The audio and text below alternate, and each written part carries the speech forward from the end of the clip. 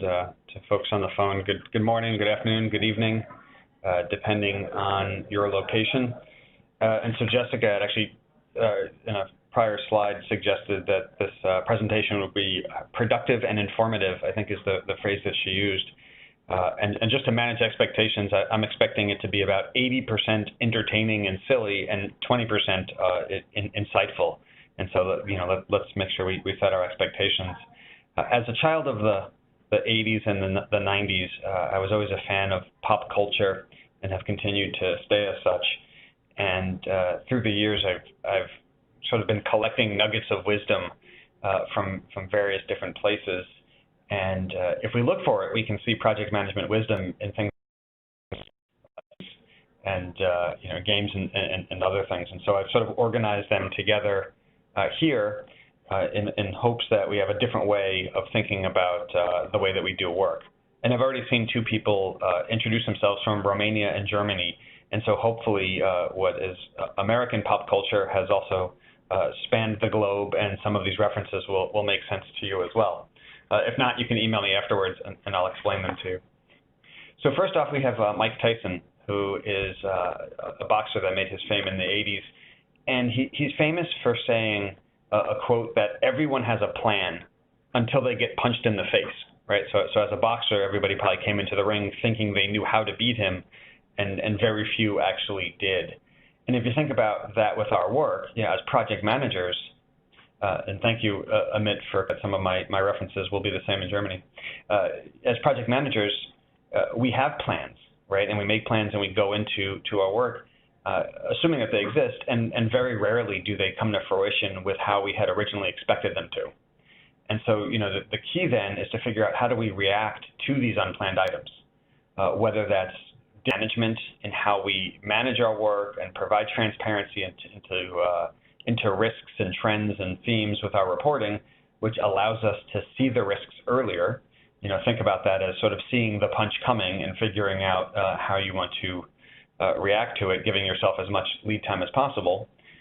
Or thinking about risk management, right? So maybe we can block or duck, or in some cases, right, I want to accept the risk and I'll take the punch because I think that that's the best means. And then lastly, maybe having a contingency plan, knowing that things might happen and that we should think about what we should do. So, Mike Tyson will probably hit me and it will probably hurt, and therefore I should have insurance for that. So, Mike was also known for having some interesting tattoos, and so I would propose to take his wisdom in terms of planning, but not necessarily get the face tattoo, but I'll leave that up to you guys to decide. Next nugget of wisdom comes from in the 1980s, known as MASH, and what you see here is a character named Radar O'Reilly. And his actual name was not Radar, but he was called Radar because on the show he would see the helicopters, he would sort of sense them coming before anybody saw the helicopters coming. And so, similarly in our work, we have to have the ability to predict things occurring before they actually do, whether that's risks, issues, work requests, and so on. And similar to the last theme, I think one of the ways to do that is to continue to stay diligent in how we track and aggregate and report on project information. So that sort of allows us to see trends, and then we can sort of have that radar ability to understand where things are trending. And so, again, with the intention of maximizing the amount of time that we have to take action and mitigate against those items. Planning, I think all folks know who this guy is, and I think he's a master at managing work. If you look at his approach, he starts off by making a list, right? Documenting the activities, who's working on those activities, the dates, right? In our profession, we call that a plan.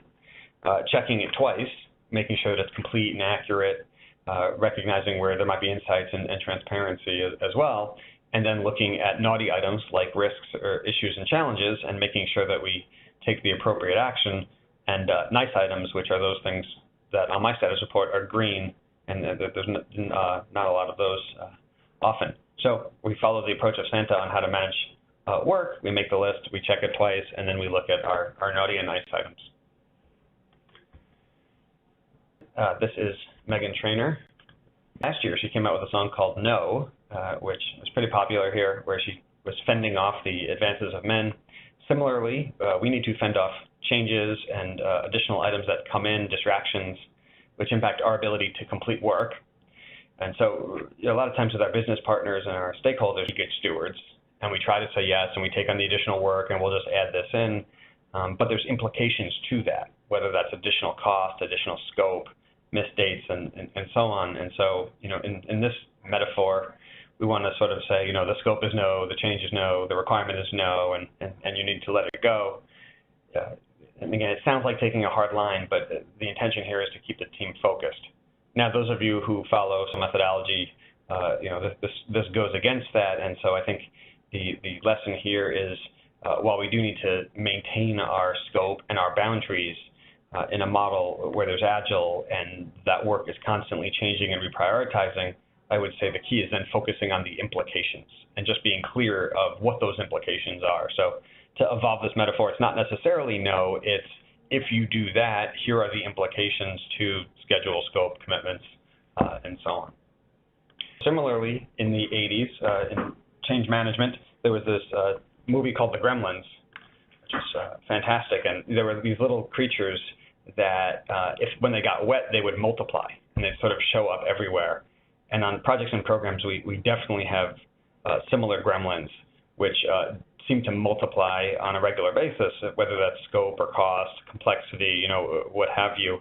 And part of our job is to control these as much as possible to make sure that they don't get wet and that they don't multiply and take our project off the rails. And again, as I mentioned in a couple other slides, this comes down to setting up the right level of diligence and transparency and tracking to understand where these are starting to sort of look like they're multiplying and get off the rails, and figure out ways that we can take the appropriate actions to sort of keep them as contained as possible. And so, gremlins might seem cute at first, but once they get out of control, it's kind of hard to rein them back in. So we got to keep track of those gremlins. Management. Those of you in the U.S. know that season 8 of The Walking Dead just came out this weekend, and it was a fantastic episode.